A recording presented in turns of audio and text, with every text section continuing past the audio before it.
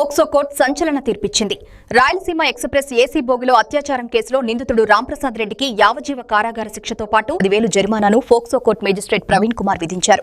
నిర్లక్ష్యంగా వ్యవహరించిన TC railway సిబ్బందికి చివాట్లు పడ్డాయి. బాధిత యువతికి 10,50,000 పరిహారం అందించాలని గుంతకల్ ఆర్ఎంకు ఆదేశాలను జారీ చేశారు.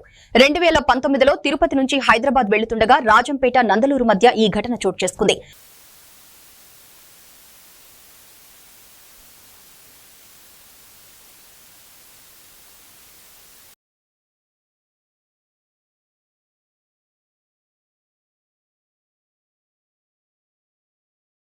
కడప జిల్లా పోక్సో కోర్టు ఒక సంచలనమైన తీర్పు వెల్లడించడం జరిగినది.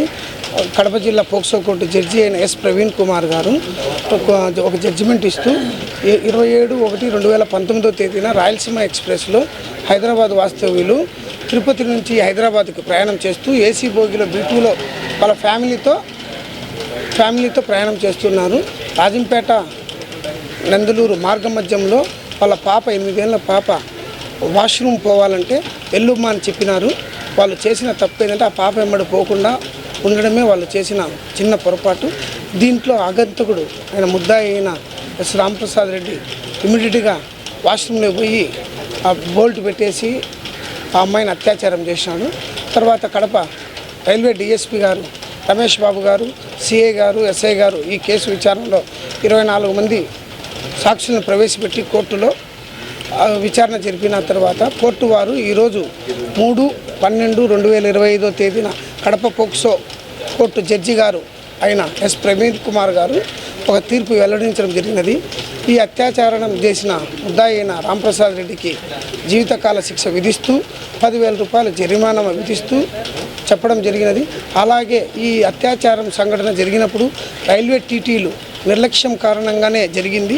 ఎందుకు అంటే నిర్లక్ష్యం అంటే ఒక ఏసీ బోగిలో ట్రైన్లోనే అత్యుత్తమైన ప్రయాణం ఏదంటే ఏసీ.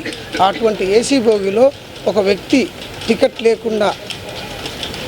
లేకుండా జనరల్ టికెట్తో ఏసీ బోగిలో ప్రవేశించడమే పెద్ద నిర్లక్ష్యమని వాళ్ళ మీద చర్యలు తీసుకోమని డిఆర్ఎం గారికి ఆదేశిస్తూ తర్వాత డిఆర్ఎం గారు రైల్వే నిర్లక్ష్యం కారణం వల్ల బాధితురాలకి 10,50,000 రూపాయలు ఒక నెల లోపల పరిహారం ఆ అమ్మాయికి కట్టవాలని ఆదేశించినారు.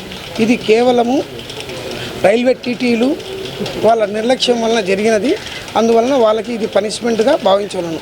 నేను ఈ కేసును వాదించిన special public prosecutor POCSO Kommineni Venugopal.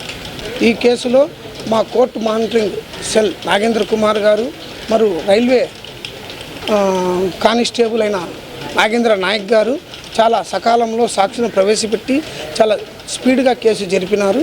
అందువల్ల ఈ బాధితురాలకి ఇది ఒక ఊరటలుగా భావించవచ్చు. ముద్దాయిలకి ఇటువంటి నేరాలు చేసే ముద్దాయిలకి ఇది ఒక హెచ్చరికలాగా భావించవలసిందిగా కోరుచున్నాను.